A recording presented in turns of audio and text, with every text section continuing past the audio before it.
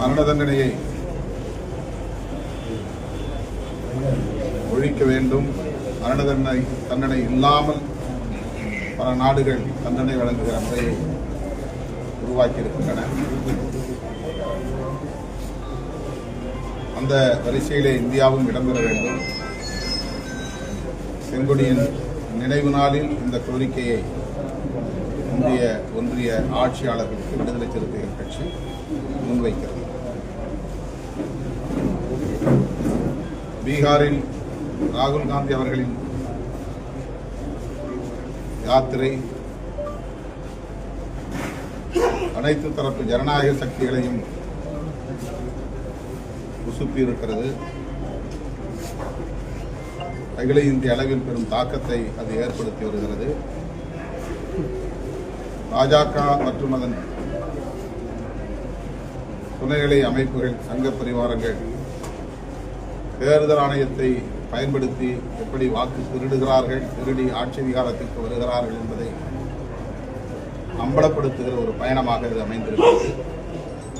அந்த பயணத்தில் தமிழ்நாடு முதலமைச்சர் தலைவர் ஸ்டாலின் அவர்களும் பங்கேற்று மதசார்பற்ற முற்போக்கு கூட்டணியின் சார்பிலே ஆதரவை தெரிவித்திருப்பது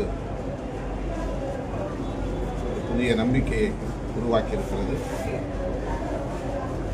ராகுல் அவர்கள் முன்னெடுத்திருக்கிற இந்த அறப்போராட்டத்திற்கு அனைத்து தரப்பு ஜனநாயக சக்திகளும் பேராதரவு நல்க வேண்டும் என்று விடுதலை சிறுத்தைகள் கட்சி வேண்டுகோள் விடுக்கிறது.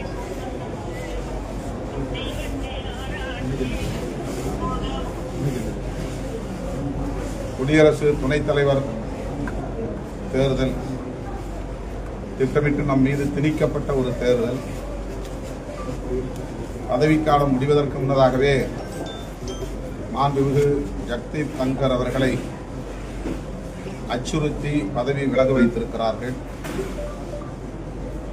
குடியரசு துணைத் தலைவருக்கே இந்த நிலை பாஜக அரசில் என்பது வெட்கக்கேடாகும். மேலும் அவரை வீட்டு காவலில் சிறை வைத்திருக்கிறார்கள். வெளி உலகத்தோடு அவரால் தொடர்பு கொள்ள முடியாத நிலை ஏற்பட்டிருக்கிறது. இது ஜனநாயகத்தை கேலிக்கூத்தாக்குவதாக அமைந்திருக்கிறது. அரசமைப்பு சட்டத்தை ஒரு பொருட்டாக அவர்கள் மதிக்கவில்லை என்பதை மேலும் இது உறுதிப்படுத்துகிறது. இப்படிப்பட்டவர்கள் இன்றைக்கு தமிழ்நாட்டை சார்ந்த திரு சி.பி. ராதாகிருஷ்ணன் அவர்களை குடியரசு துணைத் தலைவருக்கான வேட்பாளராக அறிவித்திருக்கிறார்கள் என்றால் திரு சி.பி. ராதாகிருஷ்ணன் அவர்களின் கருத்து சுதந்திரம், செயல் சுதந்திரம் எந்த அளவுக்கு பாதுகாப்பாக இருக்கும் என்பது கேள்விக்குறியாக உள்ளது. அவரும் RSS அச்சுறுத்தலுக்கு ஆட்படக்கூடியவராகத்தான் இருக்க முடியும். இத்தகைய சூழலில்தான் மனித உரிமை ஆர்வலராகவும் அரசமைப்பு சட்டத்தின் விழுமியங்களை பாதுகாக்கக்கூடிய போராளியாகவும் விளங்குகிற உச்சநீதிமன்றத்தின் நீதிபதி, ஓய்வு பெற்ற நீதிபதி திரு சுதர்ஷன் ரெட்டி அவர்களை இந்தியா கூட்டணி வேட்பாளராக முன்மொழிந்திருக்கிறது. மக்கள், அதாவது நாடாளுமன்ற உறுப்பினர்கள் இதனை வழிமொழிய வேண்டும், அவருக்கு வாக்களிக்க வேண்டும், அவரை குடியரசு துணைத் தலைவராக தேர்ந்தெடுக்க வேண்டும் என்று விடுதலை சிறுத்தைகள் கட்சியின் சார்பிலே தமிழ்நாட்டில் உள்ள அனைத்து மக்களவை மற்றும் மாநிலங்களவை உறுப்பினர்களுக்கு கடிதம் எழுதியிருக்கிறோம். இந்த ஊடகவியலாளர் சந்திப்பின் வாயிலாகவும் மீண்டும் அந்த வேண்டுகோளை முன்வைக்கிறோம். இதில் தமிழர் அல்லாதார் என்கிற அரசியல் தேவையற்றது. அரசமைப்பு சட்டத்தை பாதுகாக்கக்கூடிய வலிமை பெற்றவர் யார், சுதந்திரமாக செயல்படக்கூடியவர் யார் என்கிற அடிப்படையில் தான் அணுக வேண்டும் என்ற வேண்டுகோளை விடுதலை சிறுத்தைகள் கட்சி முன்வைக்கிறது. RSS அமைப்பு சமூக சேவைக்கான அமைப்பு, அதோட கருத்துக்களை அதிமுக ஏற்றுக்கொண்டது வரவேற்கப்பட்டது. விஜயும் அந்த கருத்தை ஏற்றுக்கொண்டு நேற்று எழுமணம் செய்தார். 100 ஆண்டு பாரம்பரியம் இருக்கக்கூடியது RSS அப்படின்றதுதான் எழுமணம். அவர் RSS பாசறையில் வளர்ந்தவர். அப்படி கருத்து கூறுவதில் வியப்பதற்கு ஒன்றுமில்லை. அதிமுக பெரியார் பாசறையில் வளர்ந்த ஒரு அரசியல் இயக்கம். எம்ஜிஆர், ஜெயலலிதா போன்ற தலைவர்கள், RSS, பிஜேபி போன்ற சக்திகள் இங்கே வளர்வதற்கு இடம் தரவில்லை என்கிற கருத்து வலுவாக இங்கே உண்டு. ஆனால் அவர்களை பின்பற்றக்கூடிய இன்றைய தலைவர் எடப்பாடி பழனிசாமி போன்றவர்கள் RSS உள்ளிட்ட சங்பரிவார் அமைப்புகளுக்கு ரத்தின கம்பளம் விரித்து வரவேற்பு கொடுப்பது அதிர்ச்சி அளிக்கிறது. அந்த துணிச்சலில் தான் அதிமுகவை RSS வழிநடத்தினால் என்ன தவறு என்று கேள்வி எழுப்பக்கூடிய நிலையும் உருவாகி இருக்கிறது. இது அதிமுகவின் நிலை எவ்வளவு பரிதாபகரமாக இருக்கிறது என்பதை உணர்த்தக்கூடியதாக இருக்கிறது. விஜய் அவர்களுக்கும் அதே போல வேண்டுகோளை விடுத்திருக்கிறார்கள் என்றால், விஜய் அவர்களின் பேச்சிலும் செயலிலும் அந்த சாயல் இருப்பதாக அவர்கள் நம்புகின்றனர் என்றுதான் இதிலே உணர வேண்டிய உண்மையாக இருக்கிறது. அவர் எச்சரிக்கையாக இருப்பார் என்று நான் நம்புகிறேன். RSS இங்கே வளருவதற்கு அதிமுகவோ அல்லது இதர கட்சிகளோ வாய்ப்பளிக்குமேயானால் அது தமிழ்நாட்டு மக்களுக்கு செய்கிற மிகப்பெரிய துரோகமாக அமைந்துவிடும் என்பதையும் ஜனநாயகத்தின் மீது நம்பிக்கை உள்ளவர்கள் என்கிற முறையிலே விடுதலை சிறுத்தைகள் கட்சியின் சார்பில் சுட்டிக்காட்ட விரும்புகிறோம். சாதிவாரி கணக்கெடுப்பு நடத்த வேண்டும் சொல்லி தொடர்ச்சியாக கோரிக்கை இருக்கு. ஆனால் வந்து இப்போ பீகார்ல வந்து அதை அமல்படுத்தி இருக்கிறாங்க. அங்கே போயிட்டு முதலமைச்சர் வந்து பீகார் மாநில அரசு அப்படி எடுத்தது வந்து வெறும் சர்வேன்னு மட்டும்தான் சொல்லியிருக்கிறாங்க. அது ஒரு சாம்பிளிங் சர்வே, அது வந்து சென்சஸ் இல்லை. சாதிவாரி கணக்கெடுப்பாக அதை மத்திய அரசு ஏற்றுக்கொள்ளாது. அதற்கு சட்டத்திலும் இடமில்லை. சும்மா மாநில அரசு மேலே எதையாவது ஒரு குற்றச்சாட்டு சொல்லணுங்கிற அடிப்படையில் சொல்றாங்க. ஒரு சர்வே தேவைங்கிற அடிப்படையில் மாநில அரசு எடுக்கலாம். அதை நாங்களும் வரவேற்கிறோம். நமக்கு ஒரு டேட்டா வேணும், அதுக்காக எடுக்கலாம். ஆனால் அது வந்து அஃபிஷியலாக யூனியன் கவர்மெண்ட்டு அதை ஏற்றுக்கொள்ளாது. அதற்கு வாய்ப்பில்லை. எனவே இந்திய ஒன்றிய அரசாங்கம்தான் மக்கள் தொகை கணக்கெடுப்பை நடத்த வேண்டும். அது சாதிவாரி அடிப்படையில் நிகழ வேண்டும். இதுதான் சரியான கோரிக்கை. ஆனால் திமுக அரசு மீது எப்போதும் குறை சொல்வதே தங்களுடைய வாடிக்கையாக கொண்டிருக்கிற சிலர் இது போன்ற குற்றச்சாட்டுகளை முன்வைக்கிறார்கள். நேற்று RSS தொடர்பாக நீங்க ஒரு கருத்து தெரிவிச்சிருக்கீங்க. செல்லுராஜு மதுரையில் செய்தியாளர் சந்திக்கும் போது திருமாவர்கள் திசை மாறி சென்று விட்டார் அப்படின்னு சொல்றாங்க. இப்போ தொடர்ச்சியா திருமாவர்கள் மீது திசை மாறி சென்று விட்டார். RSS பத்தி என்ன கருத்து சொல்லுங்க? அதிமுக RSS தொடர்பான நேற்று உங்களுடைய கருத்து? இல்ல எல் முருகன் இப்படி சொன்னார்னு நீங்க கேட்டதுக்கு நான் பதில் சொல்றேன். நீங்க திசை மாறி போயிட்டீங்க. அவர் சொன்னதை நான் படிக்கல, கேட்கல. ஊடகவியலாளர் சொல்றதை நம்பி பதில் சொல்றோம். அப்படி அவர் சொல்லலைன்னா, எல்முருகன் அப்படி சொல்லல, திருமாவளவனா அப்படி சொல்லியிருக்காரு அப்படின்னா அது தப்பு. கருத்து சொன்னதுன்னா நீங்க திசை மாறி போயிட்டதா? எந்த பக்கம் போயிட்டேன்? சமூக நீதி பக்கம் போயிட்டேன். எங்களுக்கு அதிமுக மேல ஒரு மரியாதை உண்டு.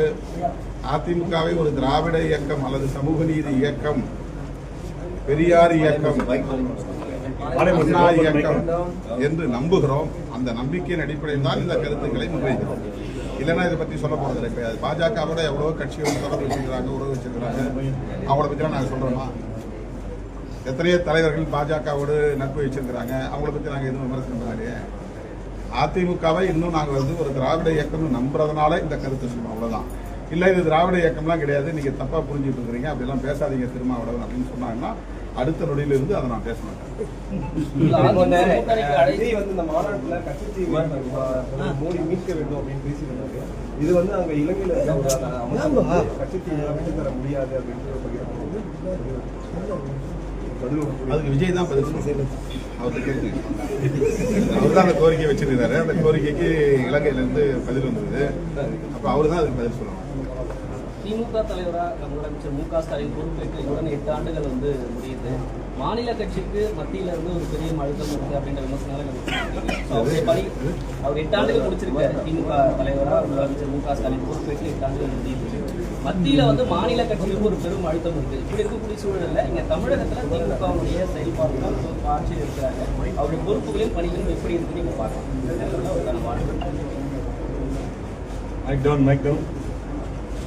அரசியலில் வந்து 100 விழுக்காடு எல்லோரும் உடன்பட்டு இயங்க முடியாது.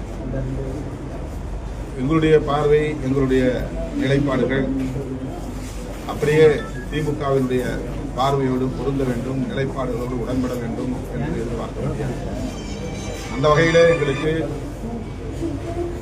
ஆட்சியின் மீதும் சரி, கட்சியின் மீதும் சரி சில விமர்சனங்கள் உண்டு. அதை தோழமையோடு நாங்கள் அவ்வப்போது சுட்டிக்காட்டி வருகிறோம்.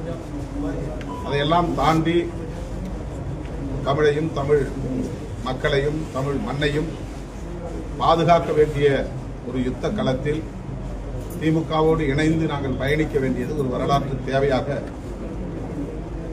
நாங்கள் உணர்கிறோம். அதற்கான சக்தி திமுகவுக்கும், திமுகவோடு இருக்கிற மதசார்பற்ற கூட்டணி கட்சிகளுக்கும் உள்ளது. அந்த நம்பிக்கை விடுதலை சிறுத்தைகளுக்கும் உண்டு. அந்த அடிப்படையில் தான் திராவிட முன்னேற்ற கழகத்தையும் நாங்கள் பார்க்கிறோம், மதிப்பீடு செய்கிறோம். தோழமை கட்சிகளையும் அப்படித்தான் நாங்கள் அணுகுகிறோம். எனவே திமுகவின் பங்களிப்பும் சரி, திமுக அரசின் பங்களிப்பும் சரி, விடுதலை சிறுத்தைகள் கட்சியின் நிலைப்பாடுகளுக்கு ஒத்துப்போவதாக, இயைந்து போவதாக உள்ளது. குறிப்பாக சாதிய பெருமிதம் பேசக்கூடியவர்கள், மத வெறுப்பு அரசியலை விதைக்கக்கூடியவர்கள் இந்த மண்ணிலே காலூன்றி விடாமல் தடுப்பதற்கு திமுக தலைமையிலான மதசார்பற்ற முற்போக்கு கூட்டணியோடு இணைந்தும் இயைந்தும் நாங்கள் செயல்படும் ஒரு வரலாற்று தேவை. அந்த அடிப்படையில் நாங்கள் வரவேற்கிறோம், பாராட்டுகிறோம். சார், இந்த கூட்டணி ஆட்சியை வந்து தேமுதிக வந்து வரவேற்கிறது. கூட்டணி ஆட்சி அமைஞ்சாதான் நிறை குறைகள் தெரியும் அப்படின்ற மாதிரி பிரேமலதா விஜயகாந்த் சொல்லியிருக்காங்க. உங்களோட கருத்து? கூட்டணி ஆட்சி என்கிற உரையாடலை தொடங்கி வைத்த இயக்கம் விடுதலை சிறுத்தைகள் கட்சி 2015-16 இந்த காலகட்டத்தில்.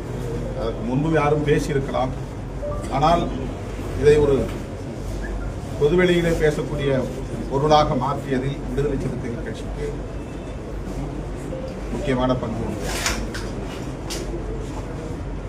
அதை நடைமுறை சாத்தியக்கூறுகளோடு இணைத்து பார்க்க வேண்டிய தேவை இருக்கிறது. வெறும் முழக்கங்களாக மட்டுமே அதை முன்வைக்க முடியாது. திமுக அல்லது அதிமுக இந்த 2 கட்சிகளின் தலைமையில் தான் இங்கே கூட்டணி அமைக்கின்றன. இந்த 2 கட்சிகளுக்குமே நம்மை போன்ற கட்சிகளின் ஆதரவும் தேவைப்படுகிறது. அந்த வகையிலே அவர்கள் அதிகாரத்தை கூட்டணி கட்சிகளோடு பகிர்ந்து கொள்ள வேண்டும் என்று நாம் ஜனநாயகபூர்வமாக அந்த கோரிக்கையை முன்வைக்கிறோம். ஆனால் அரசியலில் தாங்கள் எப்போது பலவீனம் கொள்கிறோமோ அப்போதுதான் அதிகாரத்தை பகிர்ந்து கொள்ள முன்வருவார்கள். இன்றைய சூழலில் அப்படி திமுகவோ அதிமுகவோ அதிகாரத்தை பகிர்ந்தளிக்கக்கூடிய வகையில் மக்களின் ஆதரவை இழந்து நிற்கவில்லை என்கிற உண்மையை நாம் உணர்ந்து கொள்ள வேண்டும். அந்த சூழலை உருவாக்கக்கூடிய ஒரு செயல் திட்டம் எதிர்கட்சிகளிடையே இல்லை.